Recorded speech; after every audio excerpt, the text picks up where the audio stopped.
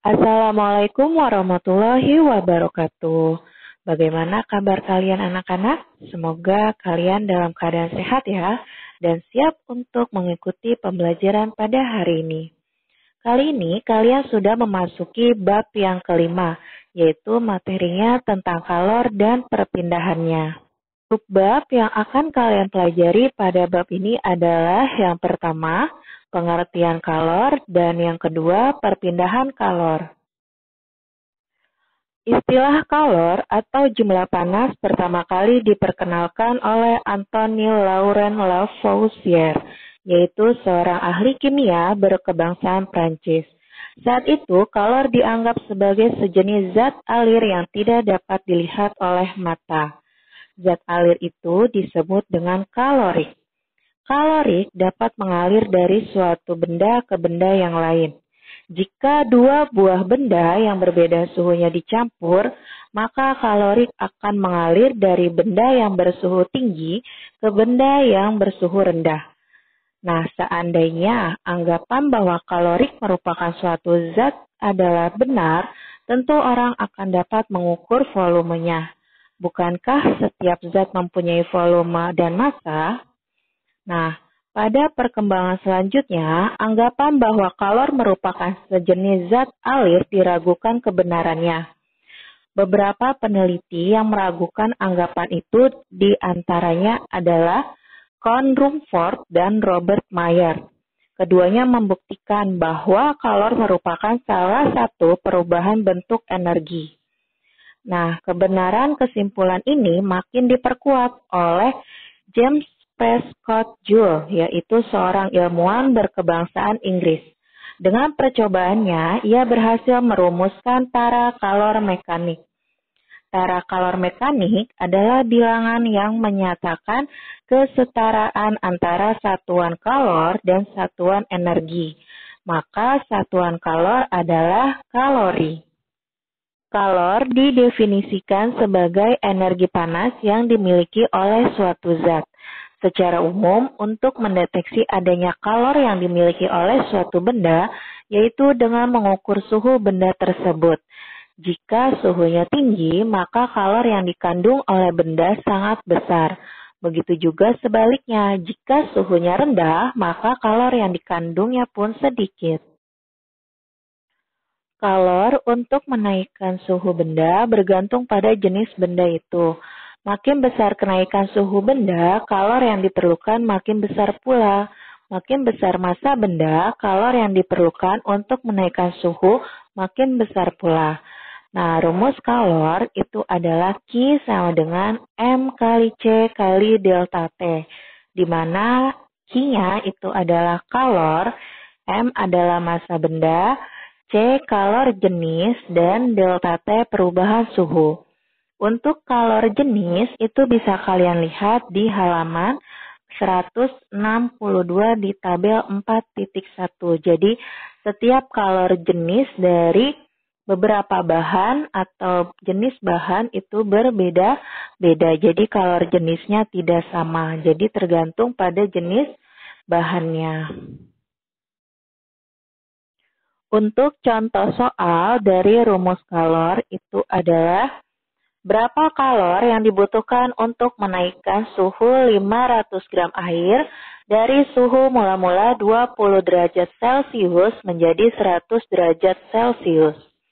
Nah, langkah pertama yaitu harus dituliskan dulu yang diketahuinya. Di sini dapat diketahui massa atau M-nya adalah 500 gram air. Nah, 500 gram ini karena satuannya gram, diubah ke bentuk kilogram. Jadi gram ke kilogram. Jadi 500 gram sama dengan 0,5 kilogram. Lalu kalor jenis air, karena di soal itu adalah keterangannya air. Maka dapat kalian lihat di halaman 162 pada tabel 4.1, di mana kalor jenis air adalah 4184 Joule per kilogram Kelvin. Nah, sedangkan kenaikan suhunya atau delta T-nya yaitu 100 dikurang 20 di mana 100-nya adalah suhu akhir dikurang dengan suhu awal yaitu 20, maka hasilnya 80 derajat Celcius. Nah, lalu tinggal ke rumusnya, berarti menggunakan rumus yang Q sama dengan C kali M kali delta T. Yaitu Q sama dengan C-nya kalor jenis 4184 dikali dengan M masanya 0,5 dikali dengan delta T yaitu 80, maka hasilnya 167.360 Joule. Kalor pada perubahan wujud benda. Nah, seperti yang sudah kalian ketahui bahwa benda berdasarkan wujudnya dibedakan menjadi 3, yaitu pada cair dan gas. Nah, perubahan yang pertama adalah mencair, yaitu proses perubahan wujud dari padatan menjadi cair. Contohnya, proses es batu berubah wujud menjadi cair atau es batu itu menjadi air kembali. Contoh yang kedua, margarin atau mentega wujudnya berupa padatan. Nah, setelah dipanaskan, margarin atau mentega tersebut akan berubah wujud menjadi cair. Perubahan yang kedua, membeku, yaitu proses perubahan wujud dari cair menjadi padat. Contohnya, air yang dimasukkan ke dalam freezer, maka air tersebut akan menjadi es batu sehingga menjadi padat. Perubahan yang ketiga, menguap, yaitu proses perubahan wujud dari cair menjadi gas. Contohnya, penguapan pada air mendidih yang dimasak. Perubahan yang keempat, mengembun, yaitu proses perubahan wujud dari gas menjadi cair. Contohnya basahnya daun-daun atau rumput-rumput pada pagi hari. Jadi kalau kalian melihat daun di pagi hari ada titik-titik airnya, itulah yang disebut dengan mengembun. Perubahan yang kelima yaitu menyublim, yaitu proses perubahan wujud dari padat menjadi gas. Contohnya pada kapur barus atau kamper yang kalian simpan di lemari, maka beberapa minggu kemudian yang tadinya kampernya itu ukurannya besar, maka beberapa minggu kemudian maka ukurannya akan menjadi kecil. Yang keenam, perubahan keenam adalah deposisi, yaitu proses perubahan wujud dari gas berubah menjadi wujud padat. Contohnya proses terbentuknya salju di awan. Melalui proses evaporasi air laut, kemudian uap airnya menggumpal menjadi sekumpulan awan. Nah, pemberian kalor ke suatu benda juga akan berpengaruh terhadap perubahan wujud benda tersebut. Benda yang dapat menyerap atau melepaskan kalor dapat mengalami perubahan wujud. Sejumlah kalor yang diperlukan untuk mengubah wujud zat itu disebut dengan kalor laten. Pada proses perubahan wujud benda itu ada yang memerlukan kalor dan ada juga yang melepaskan kalor. Seperti yang memerlukan kalor itu melebur, menguap, dan menyublim. Sedangkan yang melepaskan kalor pada perubahan membeku, mengembun, dan menghablur atau deposisi. Kalor untuk mengubah wujud zat disebut dengan kalor laten, di mana kalor laten itu dibagi menjadi dua, yaitu ada kalor penguapan atau pengembunan dan kalor lebur atau beku, di mana kalor penguapan itu rumusnya adalah Q sama dengan M kali U. Sedangkan kalor lebur itu rumusnya Q sama dengan M kali L, di mana Q-nya itu adalah kalor yang dibutuhkan atau dilepas untuk berubah wujud. Sedangkan M-nya adalah massa zat yang berubah wujud. L adalah kalor lebur atau kalor beku. Dan U adalah kalor penguapan atau kalor pengembunan. Untuk contoh soalnya yaitu 500 gram es bersuhu 0 derajat Celcius hendak dicairkan hingga keseluruhannya es menjadi air yang bersuhu 0 derajat Celcius. Jika kalor jenis es adalah 0,5 kalori per gram derajat Celcius dan kalor lebur es adalah 80 kalori per gram, tentukan banyak kalor yang dibutuhkan, nyatakan dalam bentuk kilokalori.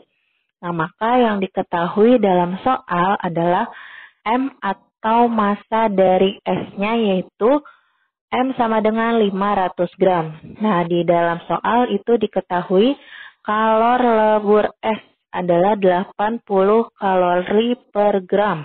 Berarti L-nya itu sama dengan 80 kalori per gram. Yang ditanyakan adalah Q atau kalornya. Maka rumusnya Q sama dengan M kali L, yaitu Q sama dengan 500 dikali 80 hasilnya 40.000 kalori. Karena di dalam soal harus dinyatakan dengan kilokalori, maka 40.000 dibagi dengan 1.000, maka hasilnya 40 kilokalori. Perpindahan kalor adalah bentuk kalor yang dapat berpindah dari benda yang bersuhu tinggi ke benda yang bersuhu rendah atau sebaliknya. Perpindahan kalor dapat melalui 3 cara, yaitu konduksi, radiasi, dan konveksi. Perpindahan kalor secara konduksi adalah perpindahan kalor dalam suatu zat padat yang tidak diikuti dengan perpindahan partikelnya. Nah, pemindahan panas yang dihasilkan dari kontak langsung antara permukaan-permukaan benda, konduksi terjadi hanya dengan menyentuh atau menghubungkan permukaan-permukaan yang mengandung panas. Setiap benda mempunyai konduktivitas termal atau kemampuan mengalirkan panas tertentu. Perpindahan kalor secara konduksi dibagi menjadi 2 golongan besar, yaitu konduktor dan isolator. Konduktor adalah zat yang mudah menghantarkan kalor atau panas. Contohnya seperti perak, aluminium, dan emas. Sedangkan isolator adalah zat yang sukar menghantarkan kalor atau panas. Contohnya seperti kaca, kayu, tanah, karet, plastik. Contoh penerapan perpindahan kalor secara konduksi dalam kehidupan sehari-hari. Contohnya ketika memasak air menggunakan panci logam. Nah, pada saat memasak air menggunakan panci logam di atas api kompor, aliran panas dari api akan merambat melalui atom dalam logam. Nah, logam ini kemudian meneruskan panas yang diterimanya dari api ke molekul air. Dan pegangan yang kita pegang pun akan terasa panas, dan itulah yang disebut dengan konduksi.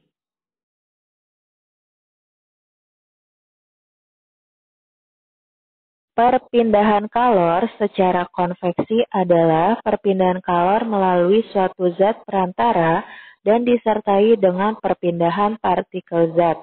Peristiwa konveksi dapat terjadi pada zat cair atau gas, di mana terjadi karena adanya perbedaan massa jenis akibat pemanasan.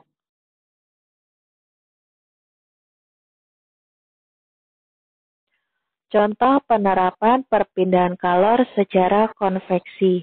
Yang pertama, contohnya adalah adanya angin laut. Angin laut terjadi pada siang hari.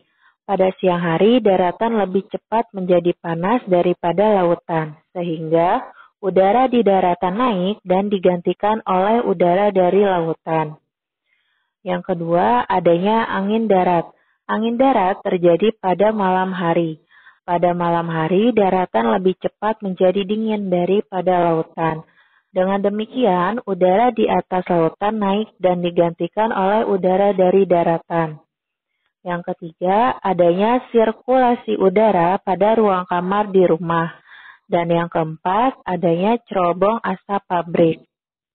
Perpindahan kalor secara radiasi adalah perpindahan kalor yang tidak melalui zat perantara, di mana semua benda setiap saat memancarkan energi radiasi, dan jika telah mencapai kesetimbangan termal atau temperatur benda sama dengan temperatur lingkungan, maka benda tersebut tidak memancarkan radiasi lagi.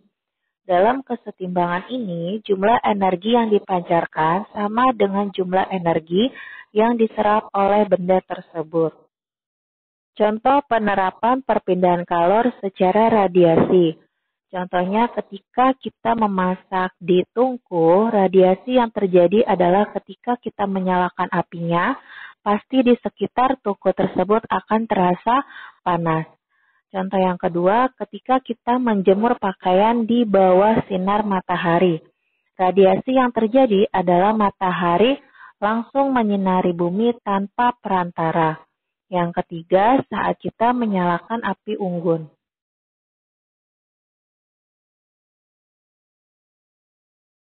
Pada peristiwa radiasi juga dimanfaatkan oleh hewan. Seperti pada gambar itu terdapat buaya yang sedang menganga atau membuka mulutnya. Kira-kira kenapa ya buaya ini menganga atau membuka mulutnya? Nah, buaya itu menganga atau membuka mulutnya karena buaya tidak mempunyai pori-pori pada kulitnya atau tidak memiliki kelenjar keringat.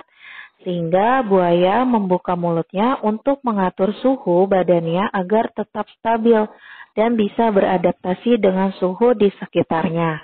Jadi fungsi utama dari buaya ini menganga atau membuka mulutnya untuk mendinginkan tubuhnya. Sekian materi yang dapat Ibu sampaikan pada pembelajaran hari ini. Semoga kalian paham ya apa yang Ibu sampaikan. Terima kasih. Wassalamualaikum warahmatullahi wabarakatuh.